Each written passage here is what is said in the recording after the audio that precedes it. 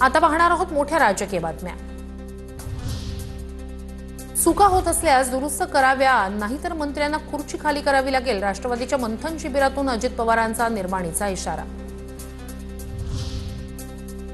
आमचे अनेक मंत्री 2 तासांसाठी फक्त तोंड दाखवायला येतात। चिंतन शिबिरात प्रफुल्ल पटेलांनी नेत्यांचे कान टोचले। महायुतीत अद्याप स्थानिक स्वराज्य संस्थांच्या निवडणुकीबाबत अधिकृत चर्चा नाही। शक्य तिथे एकत्र लढण्याचा आमचा प्रयत्न राहील, प्रफुल्ल पटेल यांची माहिती। गणेश नाईकांच्या जनता दरबाराविरोधात शिंदेंच्या शिवसेनेची मुंबई हायकोर्टात धाव। याचिकेत सिडको, नगरविकास विभाग, महापालिका प्रतिवादी जनता दरबारावेळी नागरिकांना विनाकारण वेठीला धरलं जात असल्याचा आरोप। मंत्री जनतेची गाऱ्हाणी ऐकू शकतो, माझ्या जनता दरबाराविरोधात कुणी याचिका केली असल्यास काही हरकत नाही, भाजपच्या गणेश नाईक यांची प्रतिक्रिया। सोमवारी घटस्थापनेला मुख्यमंत्री फडणवीस आणि उपमुख्यमंत्री एकनाथ शिंदे ठाण्यातील टेंभी नाक्याच्या देवीच्या घटस्थापनेच्या कार्यक्रमाला लावणार हजेरी।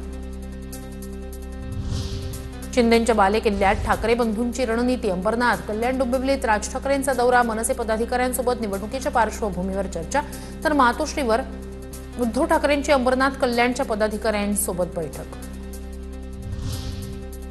देवीच्या घटस्थापनेला ठाकरे बंधूंचा एकत्र येण्याचा योग। शिवाजी पार्कमधील जिमखान्याच्या नूतनीकरण केलेल्या वास्तूचा शुभारंभ। राज ठाकरेंच्या संकल्पनेतून जिमखान्याची निर्मिती। 22 सप्टेंबरच्या कार्यक्रमासाठी उद्धव ठाकरेंना निमंत्रण।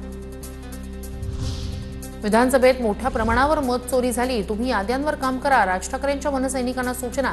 अंबरनाथची नवी कार्यकारिणीही जाहीर।